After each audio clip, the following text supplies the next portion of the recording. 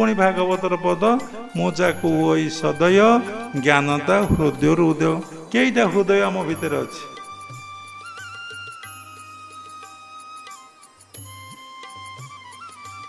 केईटा हृदय आम भितर अच्छी बाबा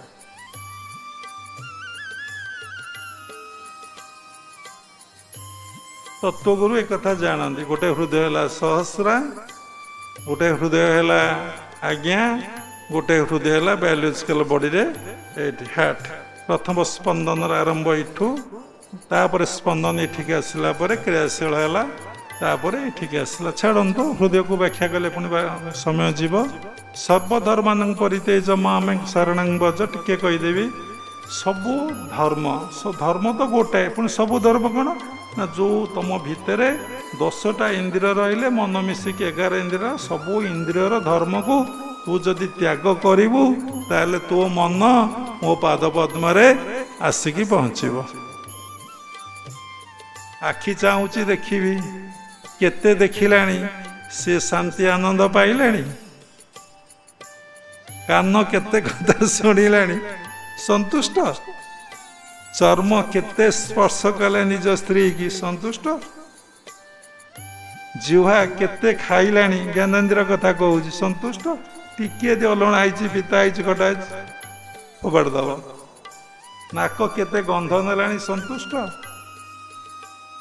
कर्मेन्द्र सेमती अच्छा कहीं संतुष्ट नुहति सबू इंद्र देखा बंद करूँ शुणा बंद करूँ कथा कहवा बंद करूँ उपभोग को बंद करूँ कम को बंद करूँ जीवा पाद चलुची ताकू भी बंद कर भात कम करूँ बंद करूँ देखुना बुद्धदेव कौन कले घर छाड़ी पलि आसते 4टा सिनेरी देखिले अरे ये कौन शब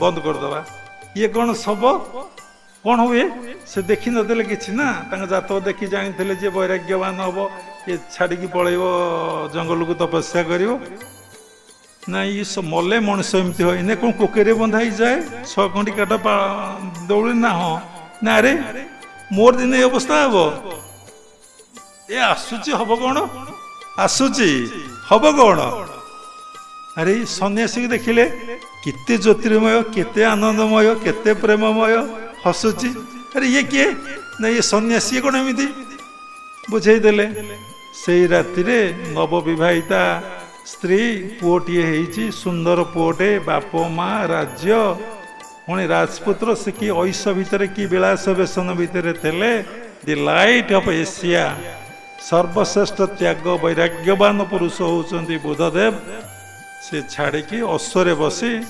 कहले अश्व रही चल चलले जंगल को देखिले गोटे सुना मुदी हाथ में पिंधि अरे ये सुना मुदीटा ये कामिनी कांचन मद्य मिठा जुआरे कली रोची ना पर गीत को मागि नहीं सुना मुदीटा देदेले गछर बकल पिंधि परमबिंदा परम ब्रह्म को ध्यान कले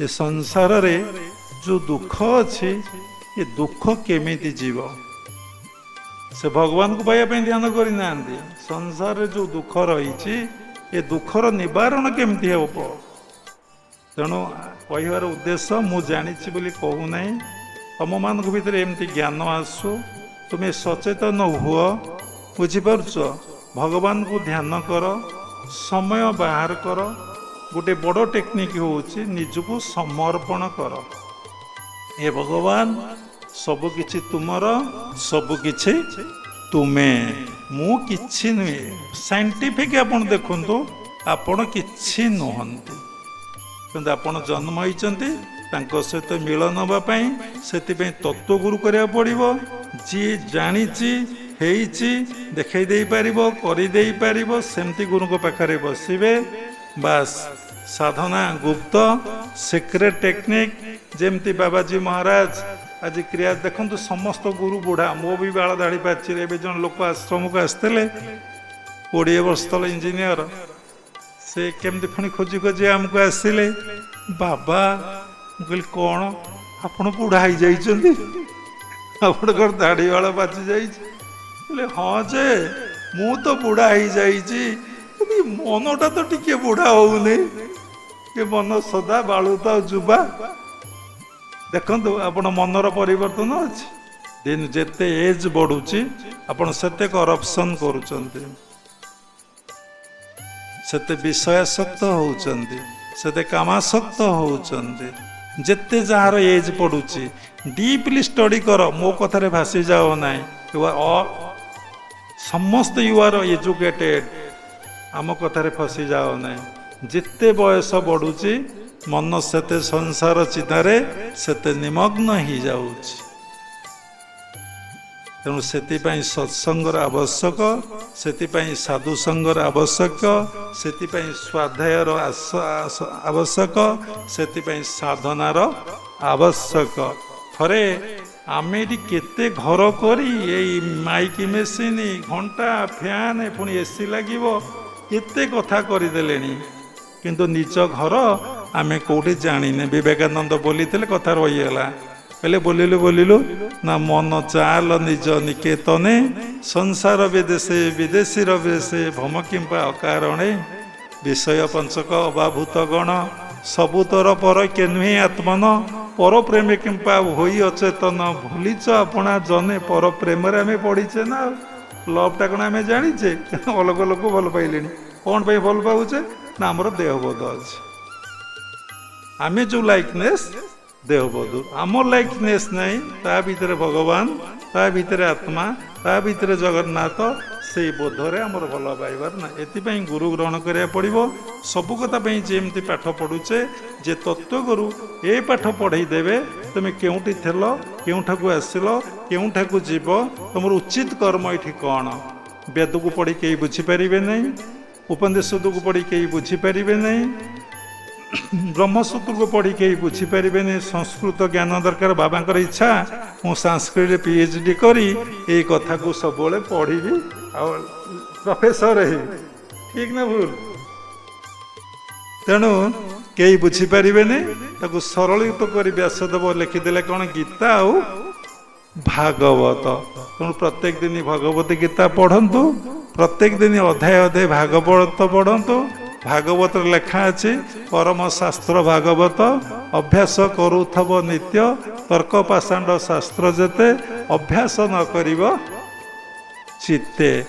ତେଣୁ କେମିତି ମୋର ଦେହବୋଧ ଜ୍ଞାନ ଯିବ ଆଉ ମୁଁ ନିଜକୁ କେମିତି ସମର୍ପଣ କରିବି? ଦେଖନ୍ତୁ, ଯେତେ ସାଧନା କରନ୍ତୁ, ଯେତେ ଭଜନ କରନ୍ତୁ, ଯେତେ କୀର୍ତ୍ତନ କରନ୍ତୁ, ଯେତେ ତିଳକ ଚିତା କାଟନ୍ତୁ, ଯେତେ ଗେରୁଆ ପିନ୍ଧନ୍ତୁ, ଯେତେ ଦାଢ଼ି ବାଳ ରଖନ୍ତୁ, ଯେତେ ମନ୍ଦିର କରନ୍ତୁ, ଯଦି ଆପଣଙ୍କ ଭିତରେ ମୁଁ ମୋର ଭାବ ଯାଇନାହିଁ, ପାଦମେକଂ ନା ଗଚ୍ଛତି, ଆପଣ ଗୋଟିଏ ପାଦ ଆଗକୁ ଯାଇପାରିବେନି। ଡଙ୍ଗାରେ ଲଙ୍ଗର ପକାଇ ଯଦି ଆହୁଲା ମରା ଯାଏ, ସାରା ରାତି, ସାରା ଦିନ, ସାରା ଜୀବନ, ଏମ୍ ଯଦି 50 ବର୍ଷ କରାଯାଏ, ଡଙ୍ଗା ଚାଲିବ? ଡଙ୍ଗା କେବେ ଚାଲିବ ନାହିଁ। ଅର୍ଥ ମନରୁ ବାସନା କାମନା ନ ଯାଇ ଯଦି ନିଜକୁ ଭଗବାନ ନିକଟରେ ସମର୍ପଣ ନ କରି ଆପଣ ସାଧନା କରିବେ, ତାର ଫଳ କିଛି ଫଳିବ, କିଛି ବିଭୂତି ଆସିବ, କିଛି ସିଦ୍ଧି ଆସିବ, କିନ୍ତୁ ସେ ମିଳିବେ ନାହିଁ। କାହିଁକି? ଭଗବାନ କହିଛନ୍ତି ଗୋଟେ ପଦ, ଆରେ ଗାଳି ଦେଲେ ସହୁ ଗର୍ବ ନ ସହୁ, କ୍ଷଣିକେ ଚୂର୍ଣ୍ଣ କରିଦେଉ। ମୋ ଭକ୍ତ ଯଦି ମୋତେ ଗାଳି ଦବ, ମୁଁ କିନ୍ତୁ ସହିବି। ଗୀତାରେ ଅହଙ୍କାର ବିମୂଢ଼ାତ୍ମା ଆନନ୍ଦେ। ତେଣୁ ଭାରି ଡେଞ୍ଜର ମୁଁ ଆଉ ମୋର ଭାବ। ତେଣୁ ମୁଁ ମୋର ଭାବକୁ କେତେବେଳେ ତ୍ୟାଗ ହବ? ଖାଲି କହିଲେ ଲାଭ ନାହିଁ। ଟେକ୍ନିକ୍ ଶିଖନ୍ତୁ, ଯେ ଭଗବାନ ପାଖରେ ନିଜକୁ ସମର୍ପଣ କରିଦେବେ। ସବୁ ତୁମେ, ସବୁ ତୁମେ, ସବୁ ତୁମେ, ତାହା ହିଁ କ୍ରିୟା ଯୋଗ ମୂଳରୁ ଶିଖାଏ। ସେଇ ଅବସ୍ଥା ଆସିବା ପାଇଁ ଅନେକ ଗୁଡ଼ିଏ ସିକ୍ରେଟ୍ ଟେକ୍ନିକ୍ ଅଛି, ଗୁରୁ ଶିଷ୍ୟକୁ ଦେଇଥାନ୍ତି।